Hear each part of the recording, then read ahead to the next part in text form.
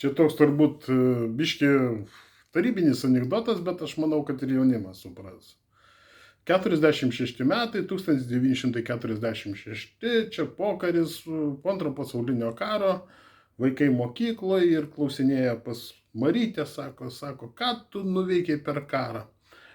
Sako, aš bintus nešiau, ten perrišt kareivius sužeistus, ten ir taip toliau. Pas Antaniuką klausia, sako, ką tu darėjai? Sako, aš tenais viską sušlaviau, viską sutvarkiau, kad tik tai būtų geriau tenais kareiviam vaikščiot apkasuose ir taip toliau. O pas Petriuką klausia, sako, o tu ką, sako, darėjai?